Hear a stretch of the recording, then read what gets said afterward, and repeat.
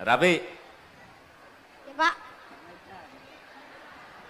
Saya mau bertanya pada Raffi. Apa, Pak? Cita-citanya pengen jadi apa?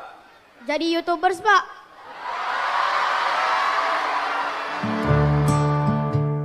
Keputusan-keputusan Susan dalam pengelolaan YouTube tentu terasa pengaruhnya sampai ke Indonesia. Sebanyak 139 juta atau lebih dari setengah populasi Indonesia adalah pengguna aktif YouTube. Tidak heran jika YouTuber jadi profesi yang banyak diimpikan anak-anak muda. Sebuah riset bahkan menyebut 31% remaja ingin menjadi social media.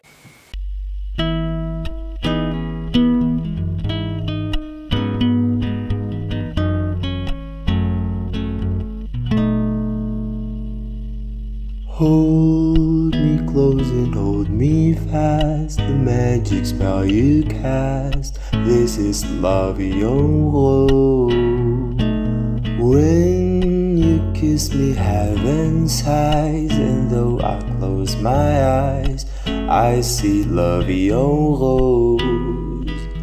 When you press. Dia salah satu perempuan paling berpengaruh di dunia. Well, becoming the CEO of YouTube was a big decision for me. Mother of YouTube, ibu dari platform yang mengubah begitu banyak. Mata Najwa terbang ke markas YouTube di Silicon Valley, California untuk berbincang dengannya. Kami menggali cerita tentang platformnya yang digunakan ratusan juta orang setiap hari. Juga bertemu dengan orang-orang Indonesia yang berada di belakangnya. That we want to discuss with you. You've been a CEO for YouTube for 8 years now, right? Mm-hmm. And then Yes. you've been with Google for 24 years. Yes. Wow. Has it been more challenging over the years, or has it been more manageable because you've been a pioneer in this field for so long? Oh, it's just changed so much. There's no comparison between what it was like when I first started and now. So when I first started working at Google, I was actually employee 16 of Google. Mm-hmm. And Google had no revenue. Nobody had heard of Google. Mm-hmm.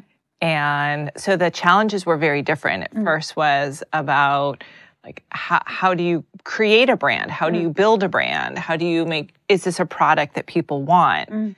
And now, if you fast forward today, the challenges that we have are very different. It's about running a much bigger service, having a global brand, and there's also a lot more scrutiny and responsibility that comes with running a really big company. Semua berawal dari garasinya. Menlo Park, Silicon Valley, 1999. Susan menyewakan garasinya kepada dua mahasiswa Stanford University, Larry Page dan Sergey Brin, yang kala itu tengah merintis bisnis teknologi mereka, Google. Because I actually joined Google with no revenue. It had just gotten started. It wasn't a proven company at all. In your garage? It was in my garage. But the thing I'm pointing out is the reason I wanted it in the garage, it was not because they were famous or doing anything great. It's because I wanted the rent. Just to be clear, I needed it to pay the mortgage of the house. So that was also a big important. That was the whole reason I had them there. Yeah, they weren't famous, and But you sort of knew that they would become big. Maybe Like a hunch, or no. At first, I had no idea. okay. I had no idea when they first started. I just rented it for them for the rent. But then, as I started talking to them and I started using the service, I began to realize that they were onto something good. And that's when I joined the company. But joining them was a big step. I was actually pregnant. I had a mortgage. So joining a company with no revenue was not an obvious decision. Susan pun bergabung menjadi karyawan nomor 16, menjabat manajer pemasaran yang pertama di Google. Prestasinya, Google AdWords, AdSense, Analytics adalah contoh produk-produk ciptaan Susan. Tapi keputusannya yang paling meninggalkan impak bagi kita adalah menyarankan Google untuk membeli YouTube, di saat banyak orang justru meragukan platform video ini. Well, becoming the CEO of YouTube was a big decision for me. Actually, like Larry, the founder of Google, was the one who asked me. He asked me, like, what do you think about YouTube? And I knew that if I didn't, in that moment, say that I wanted the job, I may never have another chance at it. So I had to. That's just another way of proving that, women should have, should take the initiative, should say yes when the job offer comes. I mean, that's just another example of how you make it in this world. I knew that if I didn't say yes right then and there, that I wouldn't have another chance. Did you have any doubts at all? No. No? I thought you knew it right away? Yeah.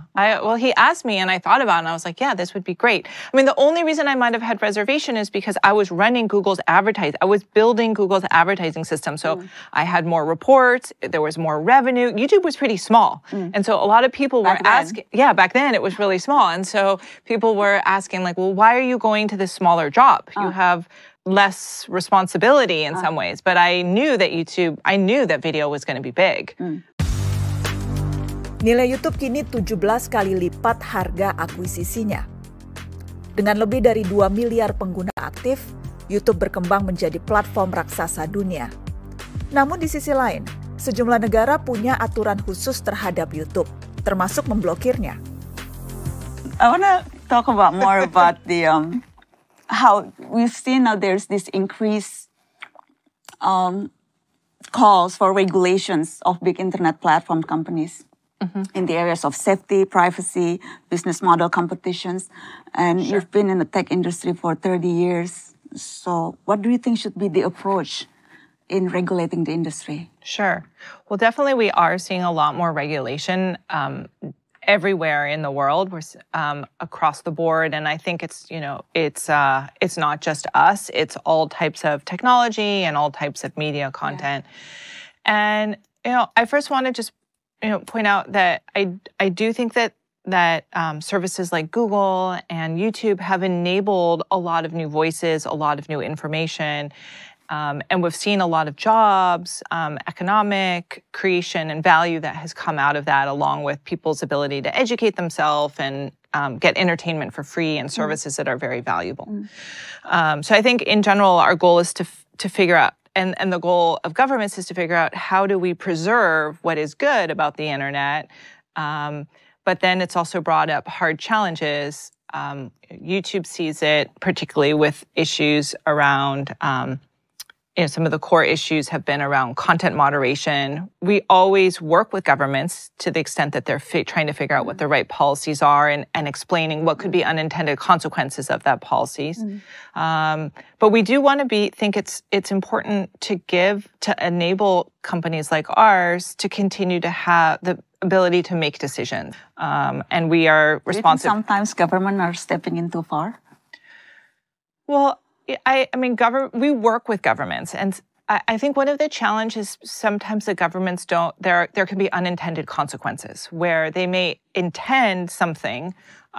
They have good intentions. We're aligned with what those intentions are, but it could have consequences that would go far beyond what they ever intended. And if you see that happening, what sort of steps that YouTube usually takes? Would you just talk directly to each government and trying to lobby them, or what will usually happen behind those closed doors? Because right now in Indonesia, they're preparing a new regulations that would make the internet platforms, they would get fined, even criminally charged if they fail to take down an unlawful content for 4 hours. And they said that this new regulation could be the toughest globally on social media. So what's your take on that? I mean, it's still going on right now. The debate is still going on. Sure. So we can see that happening. Sure. Well, so, usually what happens when there are regulations like that, we will meet with the government and we will look at it because, of course, we also don't want to have unlawful information on our platform. But there's also a question of, how is that defined? Of course. It could be very arbitrary. Unlawful could mean like a lot of things to a lot of people. It could mean a lot of things to a lot of people. It also means, what does it mean 4 hours? Is it 4 hours from when it was posted? Is it 4 hours from when we were notified? Exactly. So how is that actually defined? And then, so we'll work with governments to make sure that it's something that can be, accomplished, and B, that it accomplishes what they really want. And sometimes our creators will also talk about it to the government because the creators will be concerned because if there's regulation that's passed that impacts them, that could hurt their business, their ability to generate revenue or have views, it's important for the governments to know about that as well. And sometimes, we've seen in certain part of the world, government using these new regulations to actually curtail the free, the freedom of the speech and then to curtail the free expression. So they're using this tool to suppress critical voices. How does YouTube see that? I mean, using internet regulations to actually, quiet down the critical voices in the country. I mean, we have seen that in some parts of the world, not all parts of the world, and it's a worrying trend, though. It is a worrying trend, but we see it in some parts more than other parts. And some governments more than other governments, and in general, we want to enable political speech. So, when we do get requests that would involve suppression of political speech, that's a place where we're very hesitant or resistant to removing it. There can be many different cases. So there could be, and that's why I say every case depends upon what's happening. It could be if there's some risk of civil unrest or danger to citizens, that's something that we would certainly look at.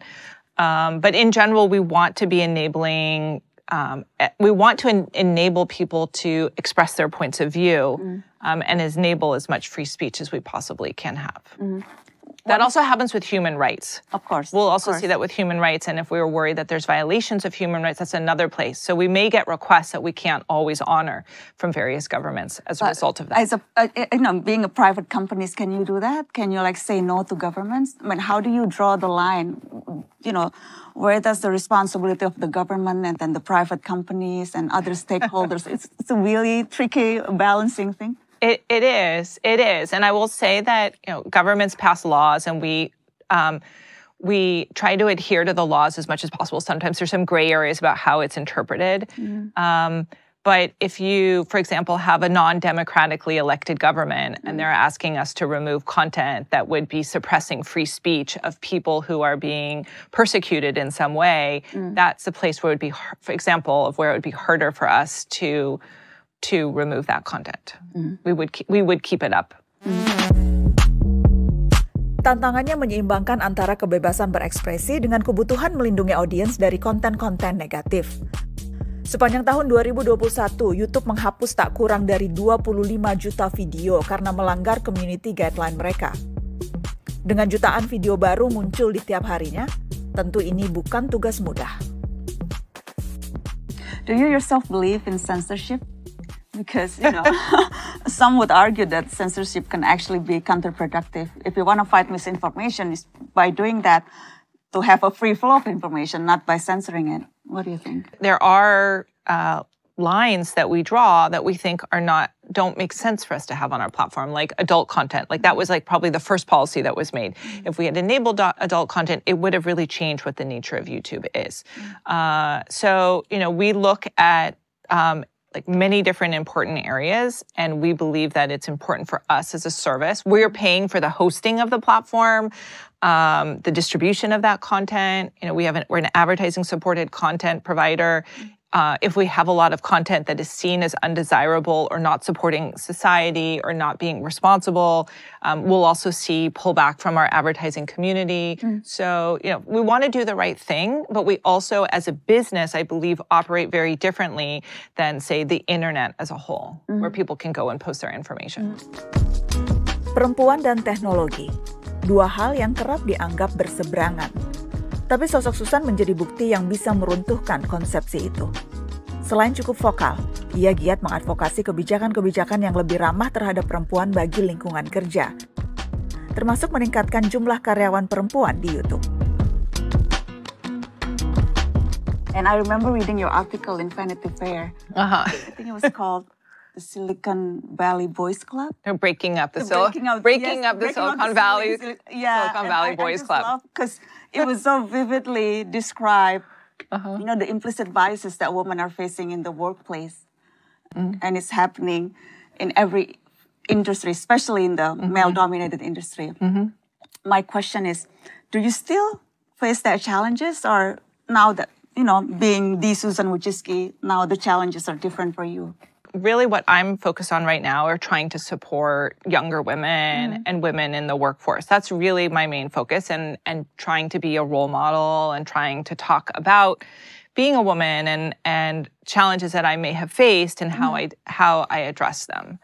So that's what I'm really focused on. I think technology is a great field. It's a growing field. It's where the jobs are. It's what's changing our world. And it's upset me that women are not equally represented. They are underrepresented in technology. And so you think this is the trends of the future. These are the jobs of the future. And women are not getting the skills to participate in that. And as a result, I believe it's going to set women back because they're not going to be part of this new economy and this new media. Raffi, Ya Pak. saya mau bertanya pada Raffi. Apa Pak? Cita-citanya, pengen jadi apa? Jadi YouTubers Pak.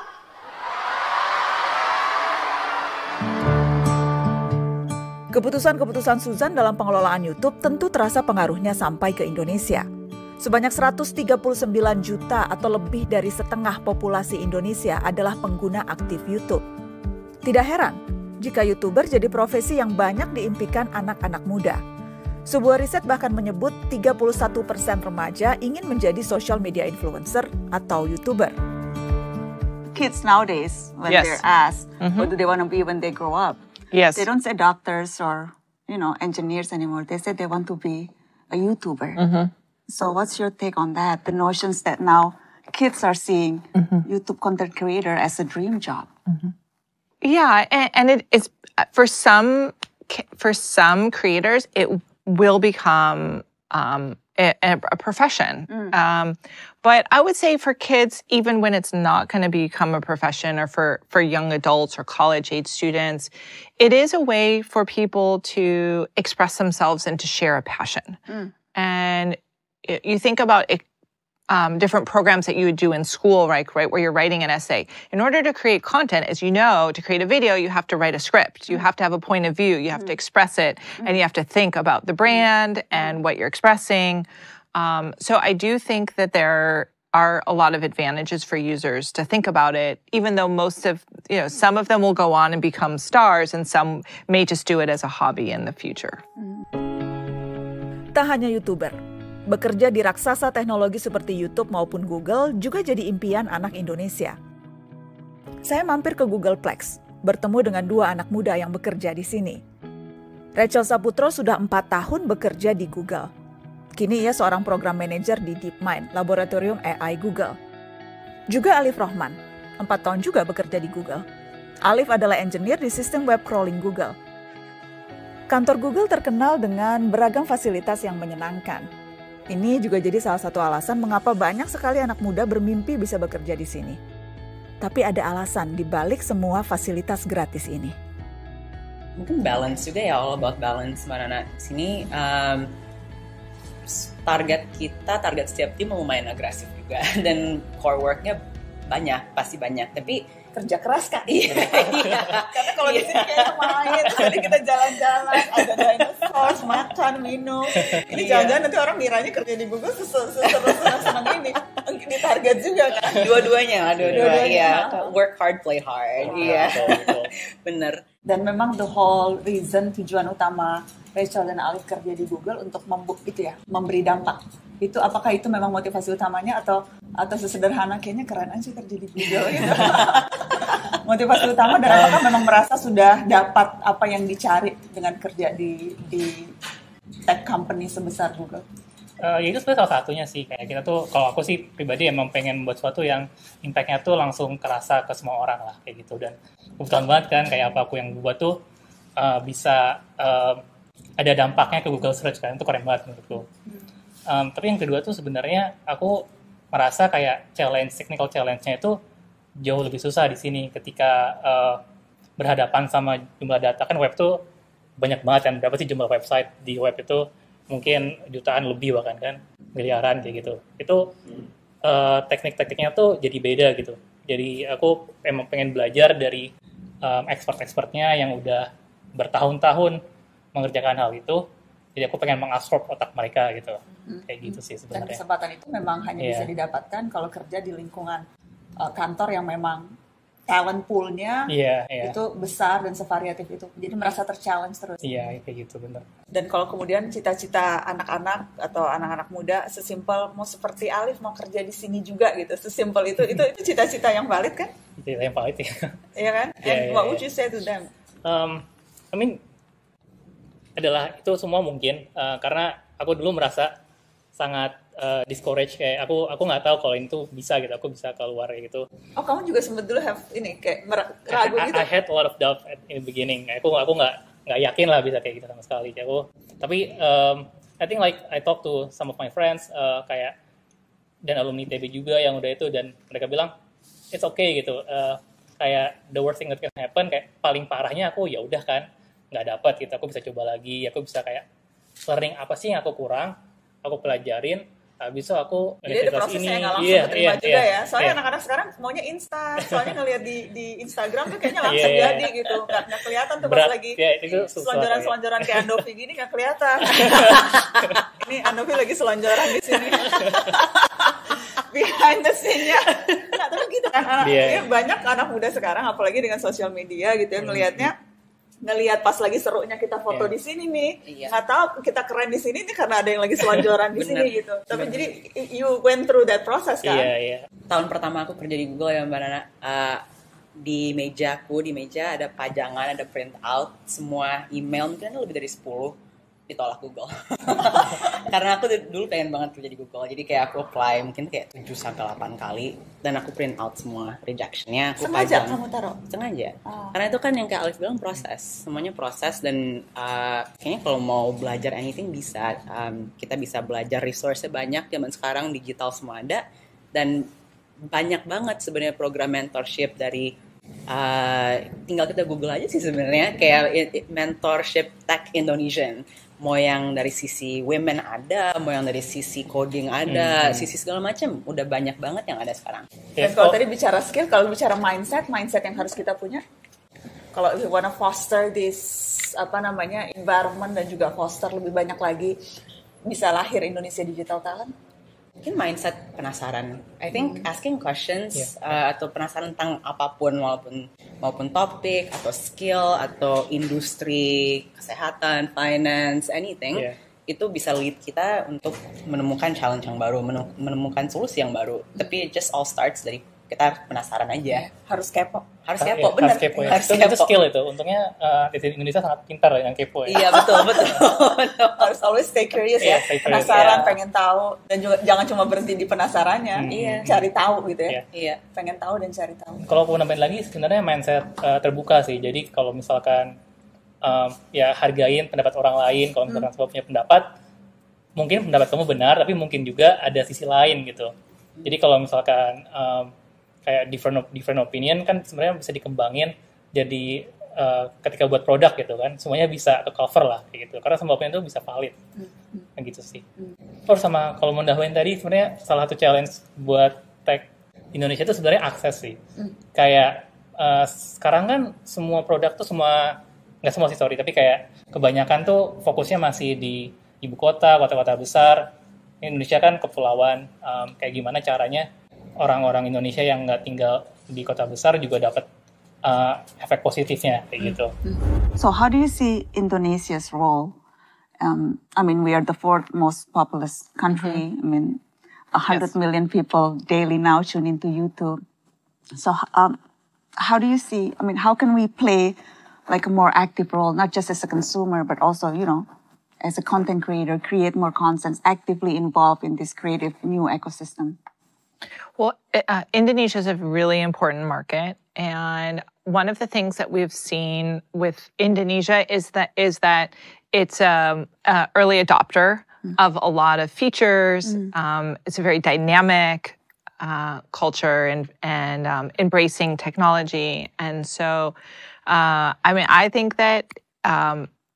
think Indonesia for us is an important place to continue to invest. And we've seen these incredible stories about what happens when people see content and they have that available. There's actually like a really amazing story I read about a son who helped his mom by creating a robot, and he learned how to create that robot From on YouTube. Yeah. Do you still remember the first video on YouTube that you watched? Yes, I do. Well, so I had an unusual experience, which is that I was part of creating online video experience. Yes. So Google actually, around the same time that YouTube was created, Google, actually even before YouTube was created, we decided that we were going to have people post their videos and just upload them to Google. Well, the first video was actually of a bunch of puppets, and they were singing in some kind of Nordic language. It was a language I didn't know. And I wasn't sure what to think about it because it was so unusual, generated type of content. And then I also remember the first big hit that we had, which was actually a Backstreet Boys video, which was... Like a real band or just someone singing Backstreet Boys? No, it was two students in China doing their homework. Actually, their roommates doing their homework in the back, and the kids are singing. And it was so funny. And that was the first video that was a hit on Google Video at the time. Back then, it was that random video. It still is now. It's the same thing. It's still like someone who does something that's unknown, but it's really funny, and it catches everyone's attention. And that's what we saw. And so we realized that people who are not necessarily famous can create a video that everyone else wants to see. And that regular people have a lot to share, and that people actually want to watch regular people's videos. And so that insight, like, it doesn't have to always be a star. Stars can be made from people who are just doing their daily lives and sharing something about them. And so having that insight that everyone can be a star, everyone can share something about their life, and people do want to see that, and they do want to connect to each other that way. That's the DNA of YouTube, you think? That's the core values of YouTube, that everyone can be a student and a teacher? Definitely. I mean, so we talk about having a mission, which is to give everyone a voice and to show them the world. The idea that everyone has something to share, and that you can learn a lot, that you can see the world. You could be at home, but you could learn anything. You could experience a world. You could hear all kinds of voices and perspectives from YouTube. And so that's part of our mission. Di masa depan, setiap orang bisa menjadi populer. Hanya dalam waktu 15 menit, kata seniman tersohor Andy Warhol. Tibalah kita di masa yang sudah melampauinya. Seseorang bisa muncul, entah dari mana, lalu hanya butuh 15 detik untuk dicintai. Silih berganti, setiap hari kita merayakan yang baru sembari melupakan yang lalu. Pun bagi yang tiba waktunya memudar, setidaknya cerita mereka pernah didengar. Dari dalam layar, mereka bisa sebebas itu berkisah sambil seakan menatap langsung penontonnya satu persatu. Bahkan kepada orang yang tidak pernah mereka sangka. Begitu luas, hingga mereka tak lagi bisa menerka kemana cerita itu akan sampai dan menjadi begitu berharga.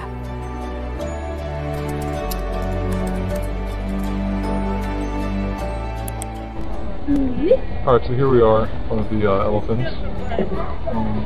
Cool thing about these guys is that they have really, really, really long fronts, and that's cool. And that's pretty much all there is to say.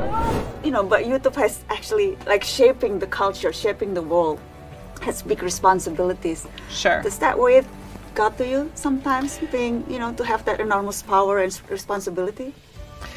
There are definitely times where it does weigh on me, but I also really want to be thinking about how to go out to the experts and get the best advice from the experts. So, but it does weigh on me, and there are times that something happens where I see something and I want to do a good job. I want to be responsible. I want to help people, and so there are times where there's something that I see that could upset me, or I worry, like, how can we help? And what do you usually do? Watch YouTube?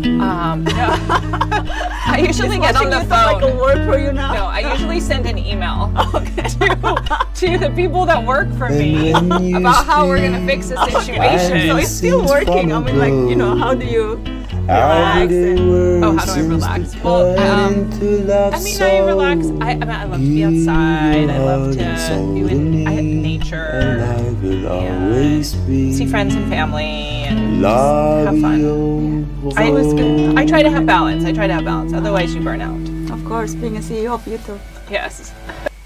Have a nice day.